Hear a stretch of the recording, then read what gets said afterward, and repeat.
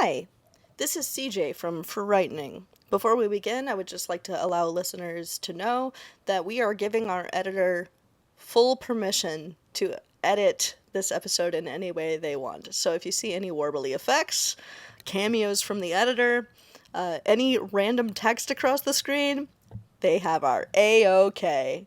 On to the episode. Hi, welcome to the second episode of Furightening. My name is CJ. And I am Possum. And today we're reviewing Monster Squad, which was a staple of my childhood. You're going to be leading us in the charge this time around, so ready when you are. Here we go. So the Monster Squad begins with a scrolling text that tells us about Van Helsing and his group of freedom fighters, which are sworn to protect the Earth from vampires. They blew it. I love that that's exactly what the scrolling text says, too. Like, at the very end of it, it says, they blew it. Yep, which is just a real bitch of a note to start off on. A little honesty. Our title shot plays over a panning sequence of a graveyard bordering a castle before dissolving into a catacomb. We are treated to a shot of a bat that begins to transform into the man, the myth, the legend himself, Dracula.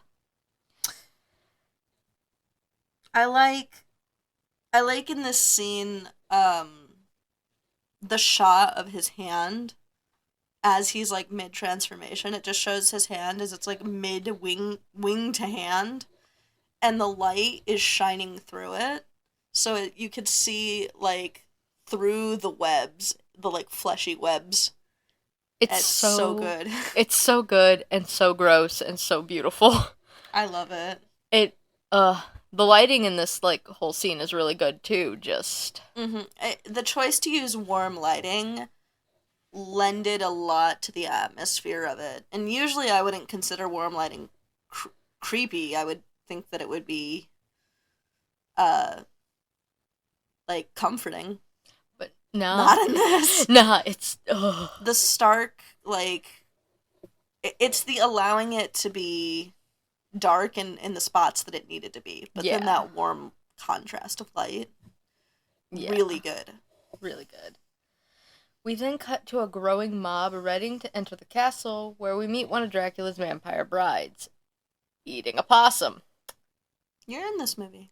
And I died within 5 minutes. But that vampire bride, who's killing me, is immediately killed by Van Helsing. So hey. Yeah, she got a lovely steak for dinner. But, He took her out for dinner and bought her steak.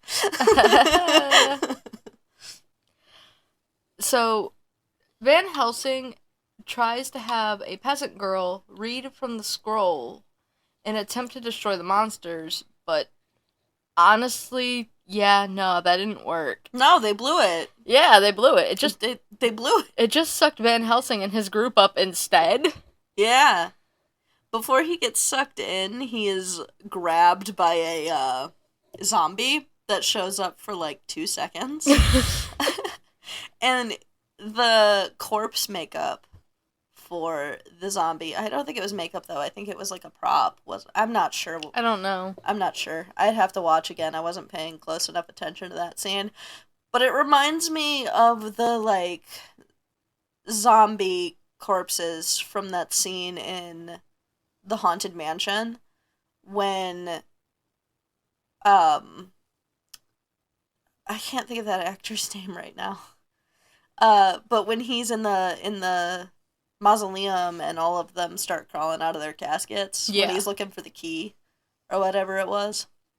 Yeah, it reminds me of those. Like, the vibe, the visual vibe is the same. Yeah, just... Yeah, I don't know about those zombies or the armadillos in the seat. I don't know a lot about the scene. Yeah, the armadillos. The armadillos, I didn't know this, but our editor told me. The armadillos are there because in old horror movies, armadillos were, for whatever reason, considered graveyard creatures. And so because they were the spooky creature, that's why they were there. Had nothing to do with whether or not they were related to, or like whether or not they were native to Transylvania, but more to do with like old Oh. movie history. Oh, they're ooky spooky old Oh, movie. ooky spooky, they carry leprosy. That's the real scary part, is that like armadillos can transmit leprosy, transmit what Tra- would transfer? transfer leprosy to humans. And so that's the really scary part, is that like at any point an actor could have contracted leprosy. Ugh. We now go 100 years into the future, Mhm. where we are first introduced to two members of the Monster Squad, Mhm. Sean and Patrick, who are being scolded by their principal for drawing monsters in class instead of, Man paying. with spider, or spider with, what was it? Spider with man's head. Yeah, yeah, they're drawing the spider with the man's head and not listening to Yeah, science. he eats dogs. Yeah, so He's clearly more important than their lesson. yeah, of course. Yeah, spider is Spider with human head. spider with human head. That's it. Spider with human head. We got around there to it. What is this? Spider with human head. Nice. Nice. They also like make fun of their teacher. Yeah, Because really she bad. has, like, yeah, because she has, her head looks like a cat's head. And, like, Simone would love her. Simone would love her. We're back to Scooby. Try not to talk about Scooby-Doo challenge. Failed yet again. So they run into her, and she has, like, Grisabella ears Yeah, it's from, like, Cats the musical, not the horrendous 2019 one, the good one. good one. She has like the Grisabella like It's kind of hair cute. cat ears. It's kind of cute. Yeah, it's not bad. She does kind of look like a cat though, Yeah, they weren't wrong on that one. like a stage cat. Yeah. Next we meet Horace, played by Brent Chalem. Uh-huh. Chalem? Chalum. Chalem. Brent. Brent Chalem. Yeah, Brent Chalum. Who is being bullied by two other boys for his weight. Mm-hmm. They really be like, drop his candy bar and try to get the boy to eat it off the ground. Like, dang. Yeah, but don't worry because there's a savior in the mix. A knight in shining armor. A knight on shining bike about to come and rescue him. So yeah, a bike skids on screen, and we're introduced to Rudy, Mhm. played by Ryan Lambert. Mhm. Which, yes, but also, man was embarrassed about this role for years. Oh yeah, yeah. I'll get into that. Yeah, we'll get into that later. We'll get into that in a little bit. But yeah, I thought Rudy was hot when I was growing up because when you showed me this movie the first time, I was the same age as Rudy. Yeah, I was a year younger than you. Yeah, and I thought Rudy was the most. Yeah, like, the absolute most. He is just... he was the cool kid. Yeah, he wore the leather jacket. He had, like, the slicked back hair. He smoked. And, like, there's the scene where he, like, strikes the match on his shoe. Yeah. And it's like, okay. That's the... See... Yeah, the scene he shows up, he strikes the match on his shoe, and I'm like... Y'all yeah. are killing me here. Yeah, he was killing me as a kid. Now he's an adult, and I still think he's hot, but it's a different kind of hot. Yeah, he just does not look like Rudy anymore. No, he looks soft, like attractive, middle-aged man. Yeah. So Rudy shows up and he makes the bullies who are like messing with Horace eat the candy bar that they like knocked to the ground. Yeah. So and Horace is just sitting there like, yeah, I love nodding the way his that head. Horace just like nods. He's like, yeah. Yeah, what you gonna do about it now? yeah. Like, Horace said, "That's my best friend now. Fight me." Brent Chalem got his acting career. Brent Chalem, the one that plays Horace, Yeah. he got his acting career on his own. When he was 7 years old, his family told him that he couldn't be in commercials, and he was like, I'm gonna do it anyway. So he called the company, and, like, filled out all the paperwork himself. Oh my god. And, like, he was the commercial kid. Good for him. Good for him. He's allowed to do what he wants. He can do what he wants. So, we go back to Sean and Patrick. They are walking home with Sean's sister, Phoebe. Mhm. And they stop right in front of this old, creepy-looking house. Right. And they're like, a scary old German man lives here. They just rag on this man. Yeah, they're like, scary old German man, and they, like, I don't know. They treat him like he's absolutely evil. They're like, he's watching us! And, like, man is probably looking out his window. I'd be watching you, too, if you were standing in front of my house, staring directly at it, and screaming about how scary I am. Exactly. I would be like, what are these kids doing on my damn lawn? Like, yeah, no. Bro is just like, what are you doing? Yeah, he's not doing anything that I wouldn't do. So, Horace, like, joins the group and is trying to convince them to let Rudy join in. Mhm. And so they end up, like, having this whole, like, monster test. And they're like, oh, how do you kill this? How do you kill this? How do you kill a werewolf? What are the 2 ways to kill a werewolf? What are the 2 ways to kill a werewolf? And he's like, silver bullets. And they're like, okay, yeah, but what's the other way? And he's like, there is none. Silver bullets. And so, yeah, they can't even answer either. Yeah, he's like, I love that scene too, because he's like, okay, then what's the other way to kill a werewolf? And they're like, crash. Peanut allergy. Car crash. So yeah, 2 ways to kill a werewolf. Silver bullet. Silver bullets. Our next scene is of a plane flying overhead, and we hear a thud from behind the 2 pilots, making them go check it out. I'm in this movie. CJ is in this movie. Psych! I am in this movie. We thought it was just the armadillos, guys. It wasn't just the armadillos. I've been here the whole time. Surprise! Cameo. And, well, so the pilot who went to the back to check ends up getting attacked by Dracula. Who is, for some reason, being transported on this plane. Yeah, I don't know how he got in Why there. were the monsters being transported? They never told... You know what? Yet another plot hole I'm not going to ask about because it's a good movie, so I'm going to give it the pass. Yeah, Dracula's on the plane for some reason. I don't know. He is wanting this cargo box that's on this plane as well. And, like... Yeah, because it's got Frankie B in it. Yeah, it's got Frankie B in it. Frankie B. Scarin. it's got Frankie B. Scarin in it. Frankie B. Scarin. Ayo. Frankie B. Creature. So yeah, Drac is trying to get to this cargo box, and the pilot just, like, instead of, like, letting him open it, he just pulls a lever, and the box just falls into a lagoon. Yeah, and then Drac's like, "Rah!" and becomes a bat and flies out. Yeah, but it's not an ugly bat yet. No, that comes later. So, we're next treated to a scene of Sean's dad, Dell, who is on the phone with the precinct because a man is screaming that he is becoming a werewolf. Yeah. He is, like, full top of his lungs, like, I am a werewolf, lock me up. Oh yeah, he's, like, genuinely distressed. He sounds... I don't remember the name of the actor who played the werewolf, but he genuinely sounds distressed. Yeah, like, he is throwing people, I think.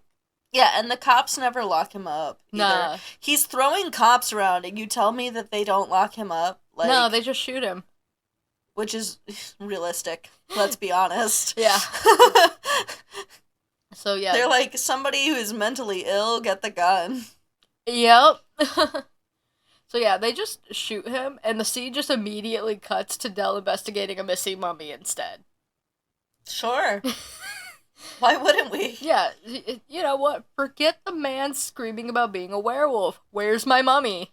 You know, surely the missing mummy won't come into play later. Surely that's not anything to worry about. No, not at all. So yeah, no, our dead, quote unquote, werewolf, Yeah. he's not dead. It wasn't silver bullets. Nah, man. They just shot him with regular bullets. Yeah, no, as the moon begins to rise, we see a pretty gross kind of, like, transformation scene of, like, his hands and stuff, like, and his feet turning into the werewolf. Yeah, they show his feet for free. Yeah. So yeah, now he kills the coroner that's transporting him, and then he is gone. I think that's our first kill of the movie. Yeah, the coroner. The coroner. Yeah. Unless you count the vampire bride at the beginning. Yeah, yeah. Or the possum. Or the opossum. I'm the first kill of the movie. Hey-o. So, the werewolf now meets up with the mummy and Dracula at the lagoon, and Dracula begins to lift the box from the water with the power of the Force. Oh, no, that's just the Gill Man. Yeah. Yeah, no, there's the Gill Man. He's there. Yeah. So they couldn't...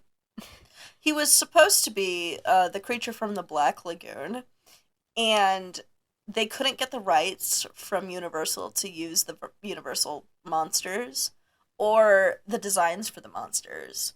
So, oh, what is his name? Stan Winston. Yes. He had to redesign the monsters from the ground up, and so he took slight inspiration from the Universal monsters and added other variations of designs for those monsters from, like, other stuff, and kind of mashed them together in a really unique way. And he sketched them all by hand, and then they were given to various costume designers to work on. Yeah. They're all really cool designs, too, though. Mm-hmm. Like, it was Tom Woodruff Jr. that designed the werewolf. Yeah. And funny enough, he also was in the suit for the Gill Man. Oh, yeah. Yeah. So he cool. designed the werewolf, and he played the Gill Man. That's cool. Yeah. Yeah, no, like, the designs for the monsters in this movie, like... Oh, no, I'm sorry, he didn't design the werewolf. He designed Frankenstein's monster. Frankenbee. So he designed Frankie B. Scary. That's not what he's called. I promise, but y'all. I'm gonna keep calling him Frankie B. Scarin' because I think it's funny. Yeah. Like, also the mummy's design in this is so cool. Yeah, the mummy is not like our bumbling, like... Big mummy. Big, like, rap after rap after rap mummy. He's like... Almost... He is like a mummified corpse with, like, the wraps kind of loosely hanging off of him. And he's small and slinky. Yeah, he's a slinky boy. I love it. I like it. It's a cool design. We move to a scene now where Dell and Emily, Sean's parents, are fighting. And Sean is doing his best to ignore this. He ends up seeing a note left by the telephone that he received a call from a Mr. Alucard earlier that day. Yeah. Asking about Van Helsing's diary, which his mother had given to him earlier. Yeah, his mom had gone to... Was it an old bookstore? Or I think so. Like, she went to some place that it had Van Helsing's diary, and she bought it for Sean, because she was like, my kid likes weird, creepy monster stuff, so he'd probably like that. Yeah. How? I don't know, man. But, Sean spends the next few minutes here, debunking the name out. Yeah. There's, like, a whole, like, little scene where he's, like, writing it down, like, 5, 6, 7 times. He starts writing, like, Luca, and then it's like, no. And then he, like, really slowly is like, D-R-A. Like, and it's... So it's Dracula, but, like, every time I see it, this came out probably before... I don't know, when did the Castlevania games first come out and stuff? Oh, I don't know. I wasn't a Castlevania kid. But it's like Castlevania, Helsing, stuff like that. Alucard is not an uncommon, uh, like, code name for Dracula. Oh, no, yeah, no, that... It's not creative. We know it. But yeah, nah, Dracula. Yeah. Get some better material. He's, the way that, Duncan, what is his name? Regier? Yeah, Regier. Regier. Duncan Regier. The way that Duncan Regier played Dracula was completely straight in this. Yeah. He said when he started forming the character that he wanted him to be very psychologically unsettling. And so the way that he plays Dracula reminds me almost of, like, Hannibal Lecter. Yeah. Like, the way that he acts is very Hannibal Lecter-esque in just his attitude, the way that he holds himself, and even sometimes the way he speaks. Oh, definitely. If we're going with, like, Anthony Hopkins, right? Yeah. If we're going with, like, that Hannibal Lecter. Yeah. Intimidation through just staring at you. Through staring at you and speaking, like, very, like, this is this. Yeah. You know. So yeah, Dracula knows Sean has the book. I don't know how he knows he has it, but he knows. I have no clue. But, so, it cuts to a scene with Eugene, which is the youngest member of the Monster Squad. And this scene, I don't really personally think it really connects to the plot beyond anything, but I think it's hilarious. He is begging his father to check in the closet for monsters. Yeah. And his dad don't believe him. His dad's just like, there's nothing there. He literally opens the closet door, and it's like, nothing's there! And you see, right behind him, not looking at him, is like, there's the mummy. Yeah, the mummy is just standing there, and Eugene's dad is just like, see, no monsters, good night, and, like, slams the door without ever looking back to see that the mummy is actually there. Yeah, so, like, he slams the door, he's out of the room, and the mummy just slinks out the window. Yeah, Eugene slaps his hands over his eyes, too, and it's, like, the most adorable thing, because it's, like, a really hard, like, press to cover his eyes, and then he peeks out through his fingers to see the mummy's, like, wraps disappearing. Oh my god. Out the window. Yeah, I don't know what this, like, scene has really anything to do. Because, as Eugene so delicately put it, Mummy came in my house. Yeah. So, Dracula has Frankenstein's monster in, like, a cell-like room. Mm-hmm.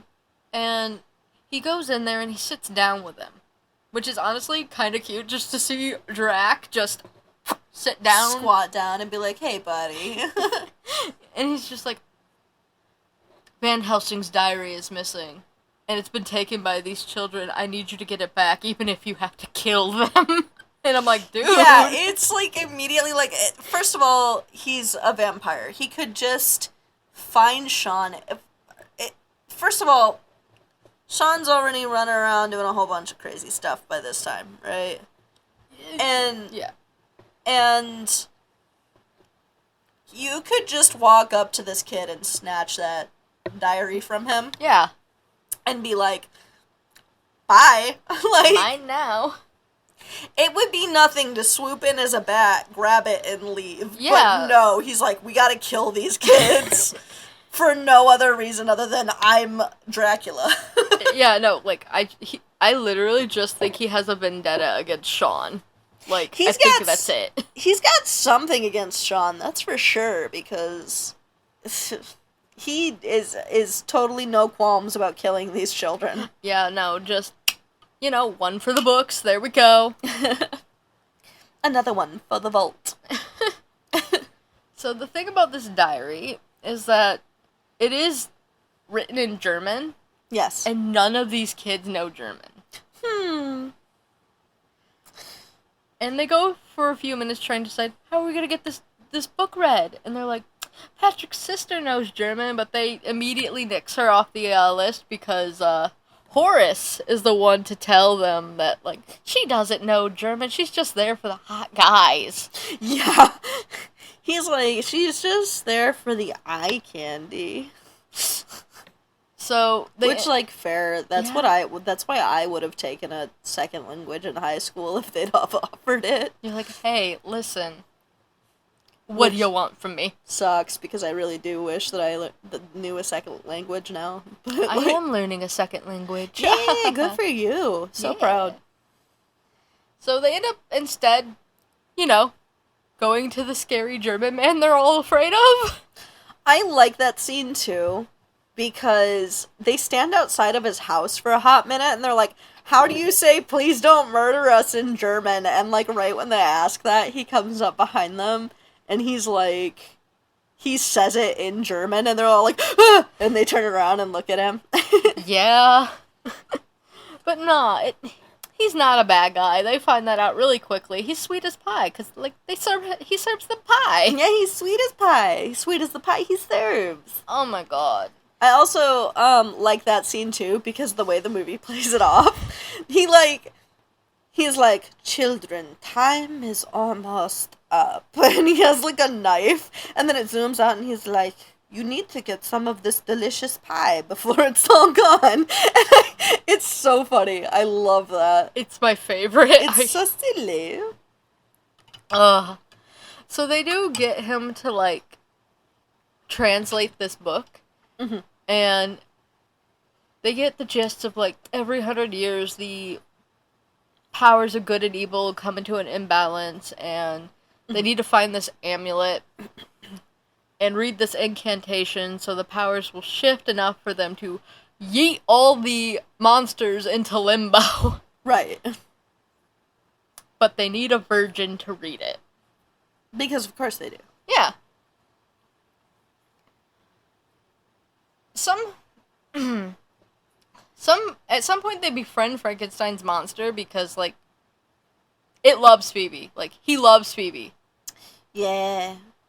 Right before this, though, like going back a little bit, Yeah. when they're in the house with the German guy, there's this part that made me and you pause. Like, we paused the movie and we just sat in silence for, I think, maybe 3 or 4 minutes, where we were sitting there because when they leave his house, they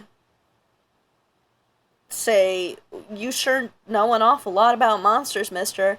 And he goes, "Yes, I suppose I do." And he closes the door. And when he closes the door, the camera zooms in on his wrist, which has numbers tattooed on it. Yeah. And Aw. for anyone that doesn't know, in the concentration camps during World War II, the Nazis would tattoo identification codes onto the Jewish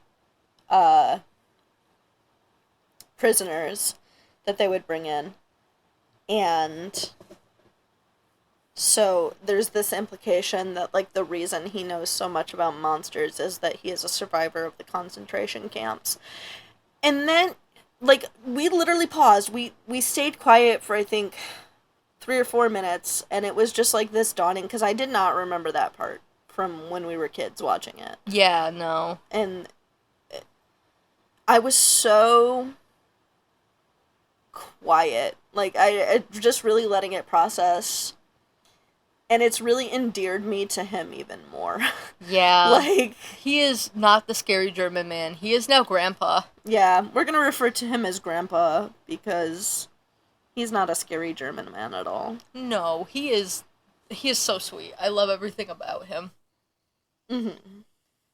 So, after the group befriends Frankenstein because, like, he just, like I said, he loves Phoebe to death. Like, Mhm. that's his now. That's his daughter.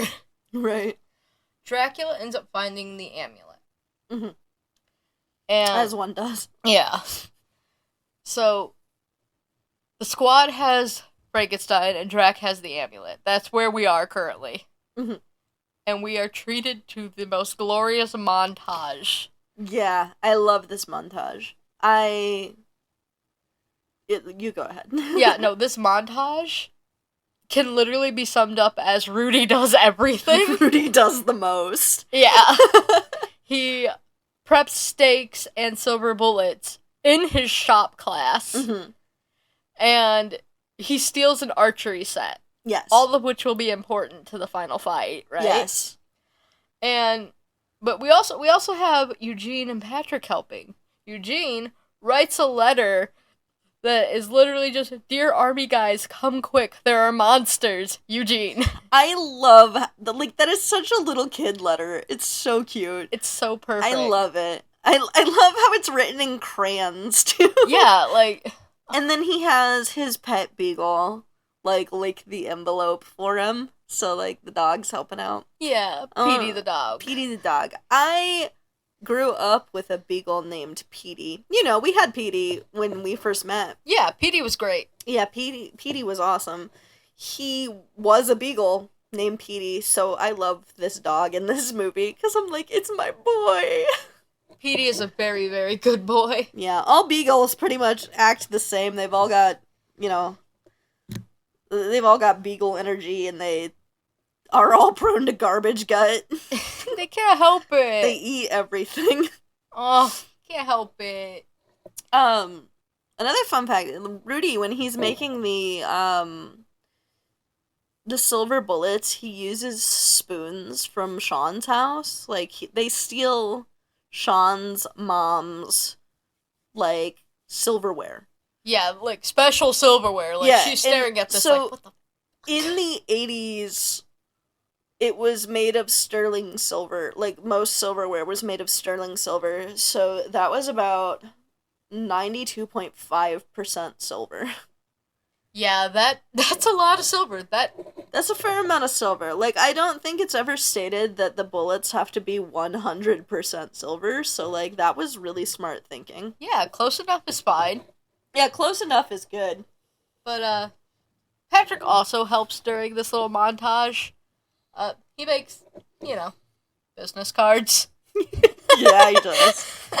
He's helping, I think. He's doing his best. Patrick and Rudy also, recruit, Patrick's sister via blackmail. Oh, wait, but the business cards are, Monster Squad. Yeah. We kill, monsters for fun. It's really cheesy, and I love it. It's so and then, good. yeah, they blackmail his sister with a picture. So, in their clubhouse, Rudy is, the reason that Rudy joined to begin with was that, from the clubhouse, he can spy on girls. Because he's a pervert, and it was the 80s. And it's specifically Patrick's sister that you can see. It's Patrick's sister. And, when they have Frankenstein earlier up in the clubhouse with them, he accidentally, clicks the camera and snaps a picture of her in her bra. And, they use that to blackmail Patrick's sister, which, Rudy, dude, not cool. Yeah, it was the 80s. It was the 80s. So, yeah, they blackmail Patrick's sister, and they're like... Because, again, she takes German in school, so she's, they're like, we need you to read this thing. Yeah, and they're like, you're a virgin, right? Yeah. Yeah! And they're like, you're a virgin. I love the way that Rudy delivers it. He's like, what your brother is so delicately trying to ask is if you've ever possibly been, at any point, dorked. Oh, I love it. It's so funny. Rudy, you're a dork. Rudy's a dork. So yeah, they get her in on this because, blackmail. Yeah. And the rest of the squad sneaks into a house that Dracula is, bunking in. That is literally... He's squatting. He's squatting, yeah. Dracula's squatting, and this house literally has the address of 666 Shadowbrook Road. I did not notice the address at first. Like, when we watched, at any of the times that we've watched this, I never noticed that the address was 666, which is absolutely hilarious. Yeah. So yeah, they sneak into 666 Shadowbrook Road, and they are attacked by the werewolf. The Wolfman. Yes, the Wolfman. Sorry, the Wolfman. And it's different. Werewolves and wolfmen are different. They can be killed the same way. They're like the same species, but they went different directions with the evolution. Yeah, you're right. Yeah. So Sean is just like, kick him in the nards. He doesn't have nards. He's the Wolfman. And in a panic, Horace kicks him anyways. Kicks him between the legs, and we get the best line ever. Wolfman's got nards! So yeah, that scene, for so many people, has become just something that's quoted, like, all the time. We used to quote it all the time as kids, you and I. Like, because I thought it was hilarious. And it was actually the inspiration for the Goldbergs. The reason that all the characters refer to, like, balls as nards is because the, like... Wolfman got nards scene. Wolfman got nards scene. The director thought it was hilarious. So, after that lovely, like, scene, they begin to search the house for the amulet, and they're being cornered by the Wolfman still. Yeah. Dracula and the mummy. And they are cornered up against this statue, and Sean's just like, you know every horror movie? And he's, like, fiddling with the statue until he finally finds, like, the lever on the hand. It's literally just the hand that was sticking. It's, like, the most obvious spot. Yeah. Like... And they drop down into, I guess, the basement. Yeah. And, like, right where they drop down is the amulet. Yeah? What? How convenient. So, yeah, they get the amulet, and Dracula comes back after him and is trying to grab at Sean, and Horace just, like, garlic pizza slices him. Yeah. Right to the face. Yeah. So, Drac just has this, like, burn mark on his cheek. Like an allergic reaction. Like a severe allergic reaction. Yeah. It's really nasty. And they, like, end up escaping because of this and picked up by the rest of the club. And they argue for a few minutes, like, where are they going to go and do this? Where are they going to go and do the incantation? And they finally decide a church, holy ground, in the plaza. Because, of course. Yeah. And, as they're on their way to the church, we get one of my favorite kill scenes and our first monster kill. Mm-hmm. So the mummy ends up somehow getting on the back of the truck they're on. Mm-hmm. And is like... Because he's slinky. Yeah, he's slinky. Because he's slinky. He's a slinky mummy. Our slinky boy is, like, trying to, like, climb up into the truck and crawl in. And they're all freaking out. And Rudy is just like, get me one of his wraps. Get me one of his bandages. And Patrick's like, I don't want to do that. I don't want to touch it. So Petey saves the day. Our good boy Petey comes in. And he's just like, grabs the thing. It gets to Rudy. And he ties it around one of the arrows from the archery set he has. And fires it into a tree. And you just see, as the wraps begin to unravel, the mummy just beginning to disintegrate into dust. Yeah, I love that kill. It's a so really good. Cool kill. To see all the wraps go and, like, unravel really fast and, like, all of the dust falling out of them as he's just unraveled to pieces. Yeah. I love it. Best, like, my favorite kill, to be honest. Yeah, I think it's my favorite monster kill. Yeah. For sure. So, it's the most flashy monster kill by far. Because Rudy's out here doing the most. Rudy out here doing the most. Like, boy. Oh my god, Rudy is MVP of this movie, let's be honest. Yeah. So we switch to a scene now where Del is driving down the road in his cop car with his partner. Mm-hmm. And as they're coming one way, a black hearse, Mm-hmm. no plates, and a silver skull ornament on top of it just plows right through their car, like ghost car. It went ghost. It goes ghost. Yeah, Like ghost car Danny went ghost. Phantom. We now also can put ghost on our lists in this movie. Yeah, can we count the car as a ghost? Yeah, we're gonna count the car as a ghost. Okay, the car We as have ghost. vampires, zombies, mummies, the creature from the Black Lagoon. I'm going ghost. Yeah, we have it all now. We have everything in this movie. The creature from the Black Lagoon that isn't actually the creature from the Black Lagoon. No, he's just Gilman. In the documentary, Wolfman's Got Nards, which is the documentary for this movie. That's the title for the documentary. It's also directed by the guy that played Sean. Yep. Yeah. So in that documentary, they, which is where I got a lot of the trivia for this movie, they do say that the suit for the Gilman, the very first shoot was him coming out of the water. So, like, on the first day of filming with the Gilman, they had to put the, like, newly made suit in a swamp. Oh, no. Yeah. I bet it was the, lifting it out of the lagoon. Yeah, the lifting, yeah. Yeah. Oh, no. So, yeah. Yeah. He's, like, the worst possible thing for a costume of that magnitude. Just throw it in some cold water. Yep. I believe the one who worked on the Gilman also went on to work in The Shape of Water, which makes sense. Yeah, I think he did. So they go in places. they're going places. So yeah, Dracula has a ghost car. Yeah. But instead of ghost carring it all the way to his destination, he decides he's going to just run right into Sean's fence of his house and just right into his yard. F that fence in particular. Yeah. And, which, like, dude, scratch up your cool ghost car, I guess. Yeah.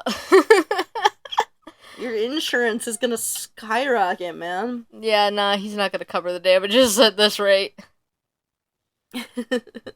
So yeah, You were at fault. So after he, like, plows into the fence, he takes dynamite and with no, like, fault in his step, marches to the backyard and throws the dynamite into the treehouse and just blows it up. Yeah. And I'm 99% sure he knows the kids aren't there. He just did it because he's knows mad. that the kids aren't there. I think that he's just, like... He hates Sean. He just hates Sean. And for no good reason. Like, he doesn't even know this kid. They haven't even met face to face yet, I don't think. No, I don't think so. Well, So, no, like... they did, because they were in the, Oh, yeah, they were you're in, right. Shadowbrook. It still seems petty. It is very petty. He's mad about the garlic face. Oh, yeah, I guess that does make more sense. Go on. So Del ends up pulling up right after this, and he gets out of the car and is trying to shoot at Dracula. So Dracula just throws more dynamite into his car with Del's partner, and yeah. Spoiler, the black man dies. Yeah. Unfortunately. At least he wasn't the first death, because there was the coroner. And then we had a mummy before him, so. I don't think monster deaths count. Okay. So, yeah, he blows him up and then just turns into a bat and flies away. He is like, you know what? I'm flying to the ending scene. We're done here. Yeah, he kind of does, though. And the ending scene starts with, like, the squad and them trying to get into the church, Rudy kicking on the door, and it's locked. They do not have holy ground for this. Yeah, they're just gonna have to do it at, like... The Burger King? They literally say, let's do it at the Burger King across the street. Yeah. So, they are now being, like, surrounded by 3 vampire brides. Mm-hmm. And Rudy... Who does the most, being the MVP, shoots one with an arrow, a staked arrow, and then as the other one is coming up on him, like literally on top of him, stakes her in the heart. Face to face, like right in his face. Yeah, like he is like very nearly bit. Yeah. And he is traumatized. He stakes her, and he gets this like he literally falls to his knees on the ground and gets like this 1,000-yard stare, which is so unique for a movie of that time because it wasn't like like when they're killing all the vampires in like Lost Boys. Yeah. Like they get like pumped about it. When Rudy kills these two vampire women, he like goes into shock. Having just like shoved a stake through somebody's heart. Yeah, that's too much for him. Speaking of Lost Boys, it came out 2 weeks before Monster Squad. In 1987 was the release date of Monster Squad, and 2 weeks before that, in 87, was the release of Lost Boys, which a lot of people seem to equate to the failure of this movie because it was a box office failure upon release. Yeah. That's okay. That's okay because, you know, we all lose to the Lost Boys sometimes. sometimes the Lost Boys specifically we just lose to. Yeah, you know.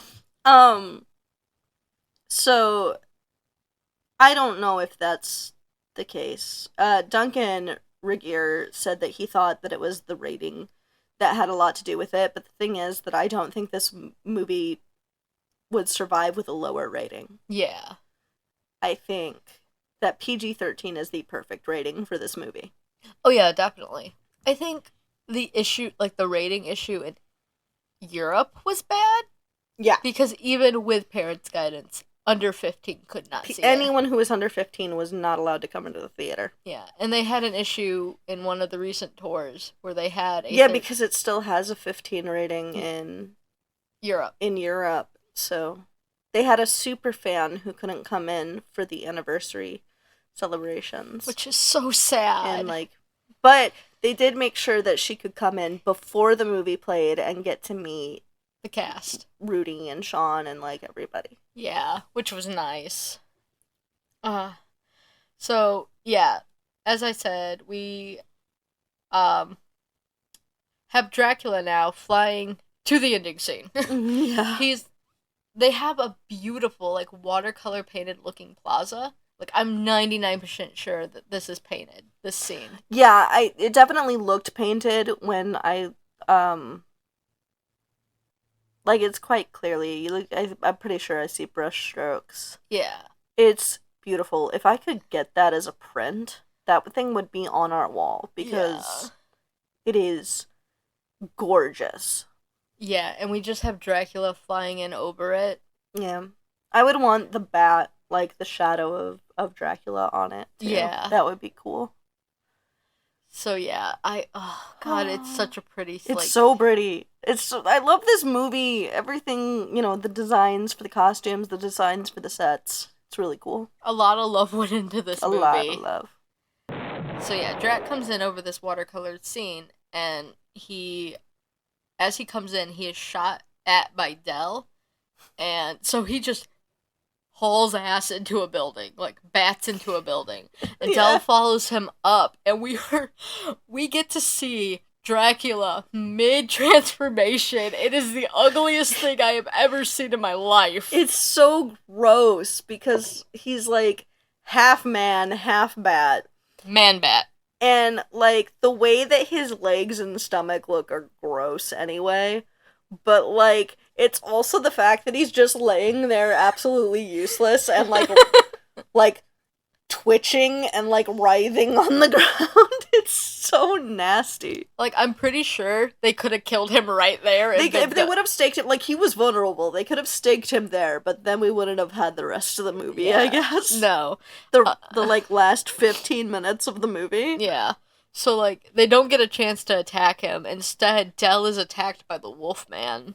Yeah. And, during the tussle with the Wolfman, Yeah. Del lights some dynamite and shoves it in his pants. They're gonna blow up his nards. Yeah, man can't keep his nards. So Del shoves him out a window, and you Yeah. just see the Wolfman explode into funfetti. Gone. Just Gone in the blink of an eye. Second way to kill a wolf man. What's the second way to kill a wolf man? funfetti him out a window.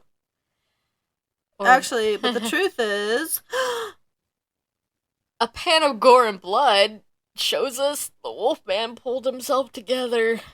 so there is no. Rudy was right. There's no other way to kill a wolf man. It has to be a silver bullet. Yep. He is still here. He is not on our dead count.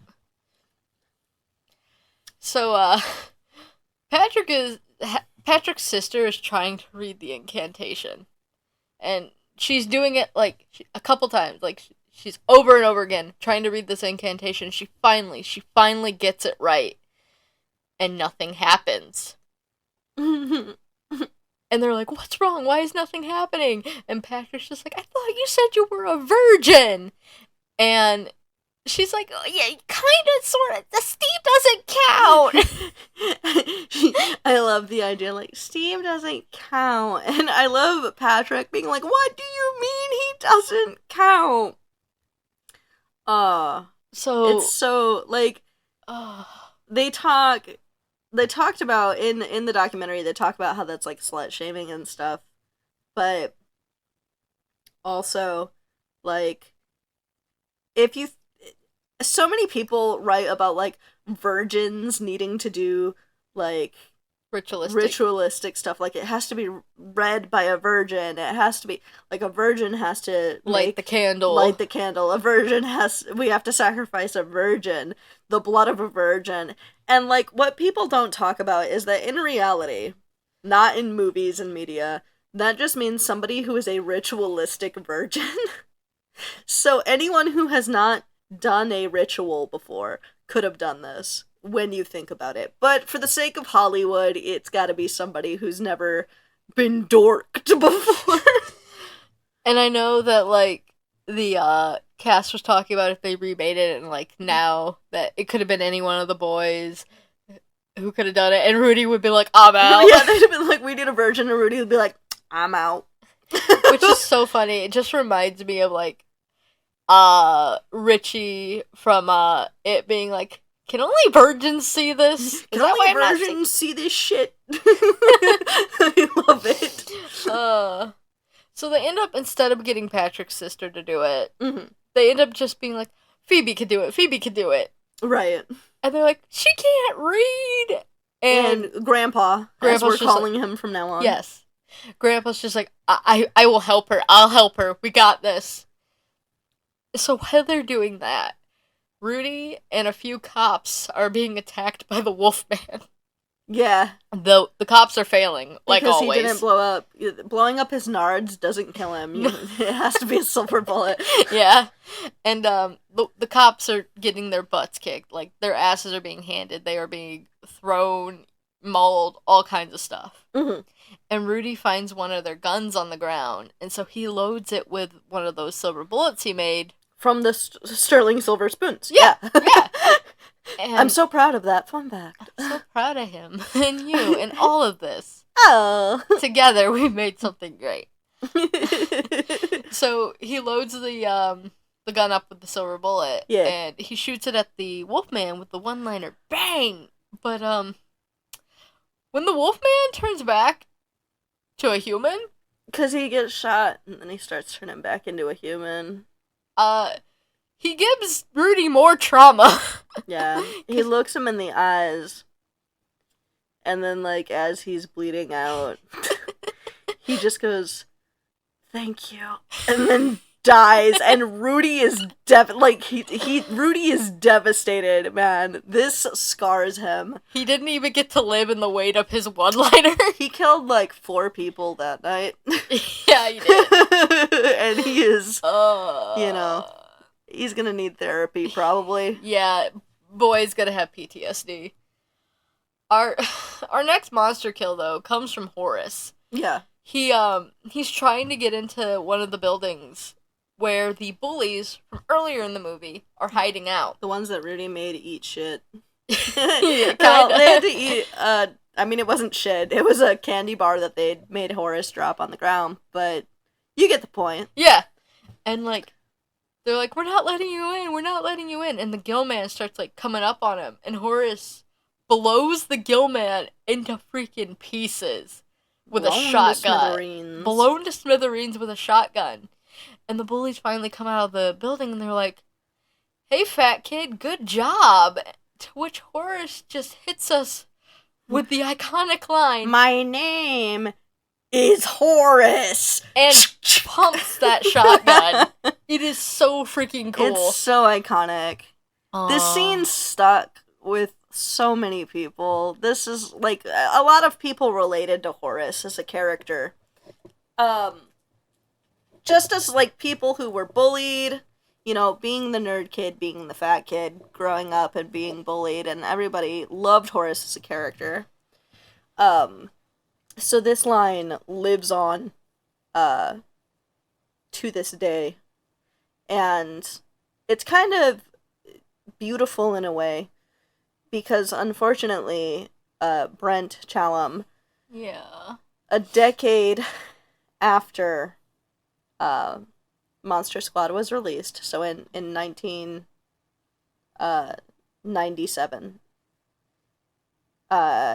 he would pass away due to complications with pneumonia and a faulty breathing apparatus. Oh. Or, like, because he had gone to the hospital and they sent him home before he was fully well. They sent him home with oxygen in his nose, and it became dislodged. And they took him back to the hospital, and unfortunately they gave him the wrong medication because Brent was asthmatic. Oh, God. And so the medication that they gave him sent him into a coma, and unfortunately he would pass away. Which is very, very unfortunate, because he passed away before this movie really found its footing with the cult audience. Oh, yeah. Yeah. Oh, that's heartbreaking. Yeah, it's really unfortunate, but he lives on in that line, my name is Horace. Oh. And I wish that he could see how many people he touched. Yeah, me too. I'm gonna cry. Don't cry. We're not done recording. You have to finish out the story. I know. Alright. So, Grandpa is trying to help Phoebe read the incantation as Dracula is starting to come up on them. Dracula isn't bothered. Mm-hmm. Man is just marching as slow as he can. Yeah, he is in no rush to get to this damn book. He is tossing cops, force ghosting them or something. I don't know. He is just slow walk. They could have read the incantation like 10 times by the time he gets there. It's probably fine. They had to struggle, you know. Phoebe, she's like, what, 5? Yeah. Like... And so, like, he finally gets to them, and Grandpa puts himself between Phoebe and Dracula, and is, like, trying to hold his ground. He's still chanting. I don't think it's doing anything, because, you know. No, but I think he's trying to get Phoebe to keep going, but Phoebe is just petrified. Yeah, like, to be fair, I would be too. I'd also be scared of whatever that is. Yeah, Hannibal Lecter the vampire. Of Count Hannibal. Count Lecter. Count Lecter. So yeah, the Grandpa is like vampire electrocuted or something and like tossed to the ground. And Dracula comes up to Phoebe and like picks her up by her cheeks. Yeah, like her chin. Yeah, like underneath. Yeah, like underneath her chin, and like squeezes her cheeks and like lifts her off the ground and screams, "Give me the amulet, you bitch!" And Phoebe breaks out into like a petrified scream. So, Ashley Banks' first scream, Ashley Bank, the one who played Phoebe, her first scream did not come through. Like, they had to redo it because when Duncan Regeer like hissed at her, because there's a part where after this he hisses at her and Phoebe screams. But she said in the documentary that when they started the scene or the take, when they started the take for the hiss, his eyes were closed and his mouth was closed. And this was like the first time she was seeing him with the contacts and the fangs in. The red contact eyes. Oh and yeah, the fangs those eyes are piercing. yeah. And so she didn't know what to expect. And so she's up there on the platform with him holding her jaw. And Duncan Regehr, his eyes are closed and his mouth is closed. And he opens them and like hisses at her. And she was so scared that she went and like her breath got knocked out of her from fear. Like she couldn't get the scream out, so they had to redo that take. Yeah. Oh. Because her scream was too short. Oh no. Yeah. So, after that, she is saved by Frankie, Frankenstein's monster, who just... Frankie be scary. Frankie be scary. Frankie be scaring. So, she's saved by him, and the creature lifts Dracula up and just tosses him down on an iron stake. Mm-hmm. Which gives them enough time to get to get Grandpa up again and have Phoebe read the incantations, and they finally get Limbo to open up. Yes. And somehow it is really bad graphics. It is. I love it. It's so 80s. It's so 80s. It's tasty. I love it. So all of the none of that money went to those effects, but it all went to the costumes, which was a good choice. The costumes were definitely the best choice. Yeah. So Limbo is opened up, swirling vortex of hell. Everything is just, being dragged, sucked in, and Dracula gets off the fence post, and instead of grabbing for the amulet or going for the book or anything that could have maybe helped him, he goes and grabs Sean. Hell-bent on taking this kid with him because he hates him so much. Yeah. And this just gives Sean the opportunity to just stake him in the heart. Yeah. To which, after... He lets go because he's been staked. Because Sean took him out for a steak dinner. Yeah. And, from the depths of Limbo, Van Helsing comes back. Yeah. He grabs Dracula and starts dragging him back with him and just gives Sean a thumbs up. It's so funny to me, the idea that, Van Helsing knew what a thumbs up was. How long has the thumbs up been around? I might have to look into that to see if it was, feasible for him to know to give a thumbs up. Yeah. I don't imagine that it's that old, but who knows? Yeah. So, Dracula is now in Limbo. Yeah. The only monster left is Frankenstein's monster. Aww. And the creature's holding onto Phoebe's hand, and she's begging him not to go, not to let go. Yeah. Stay with her. Don't go, Frankenstein's monster. Don't go. And he's just like, no, Phoebe. And it's so sad watching them, call for each other, because they're best friends. They're bestest friends in the whole world. But he eventually does, they lose hold, and he starts to go into Limbo. And she takes this stuffed rabbit she has had since the beginning of the movie. Scraps, right? Scraps, yeah. And she tosses it to him. And I'm just... She's then, held back by Grandpa as Limbo closes up. And now, Frankie be scary. Frankie be scary. He has Scraps in Limbo with him to remember Phoebe. It's so sad. And our movie then closes with Sean's family reuniting. And the army guys finally rolling up after everything is over. Yeah, I love the idea, first of all.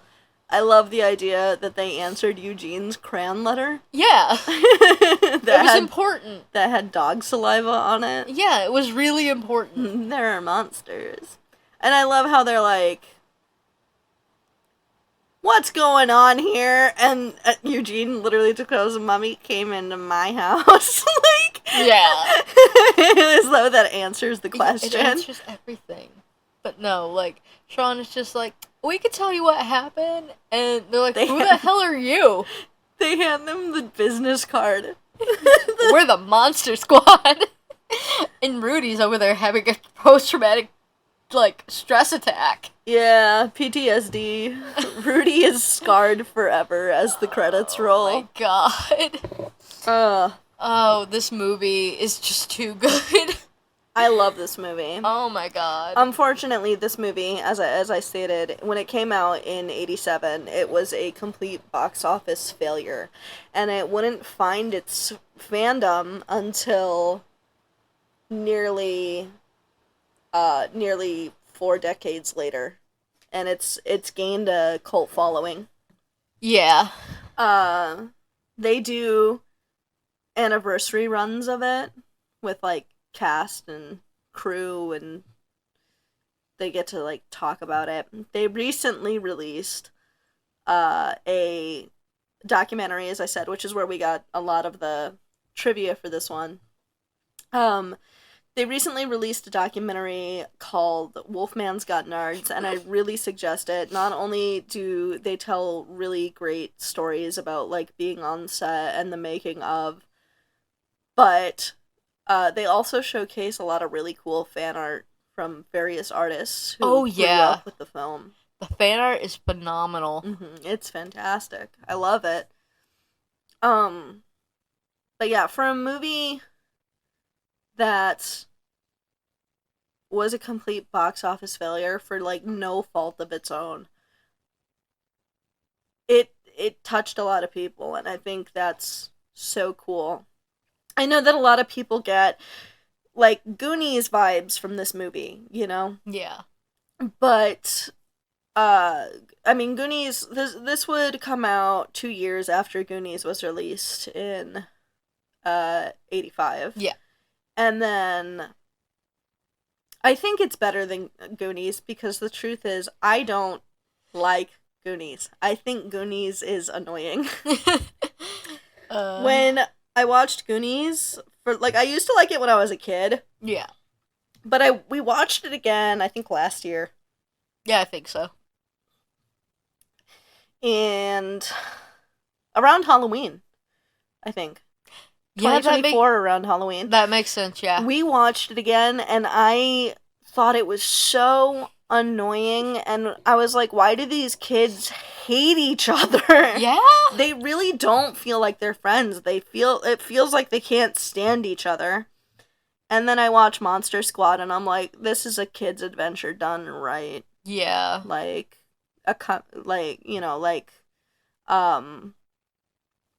You have, like, they riff on each other, but it's not to the point of feeling like hatred. Yeah. And I think that's so important. And I think, I wouldn't say that Lost Boys was responsible for the failure of Monster Squad. I think, well, I don't know. Because I could see teenagers wanting to go see something that seems scarier, like edgier, like Lost Boys, but I think that Monster Squad is a phenomenal movie, and I'm glad to see that it's getting the audience that it always deserved. Oh, definitely, yeah. Even if it is 4 decades late to the party. Yeah. It's alright. Yeah. I think that's a wrap up on my end. Do you have any? The only thing I can really say is that everything I love kind of comes back together. Yeah. Because that documentary you mentioned. Yeah.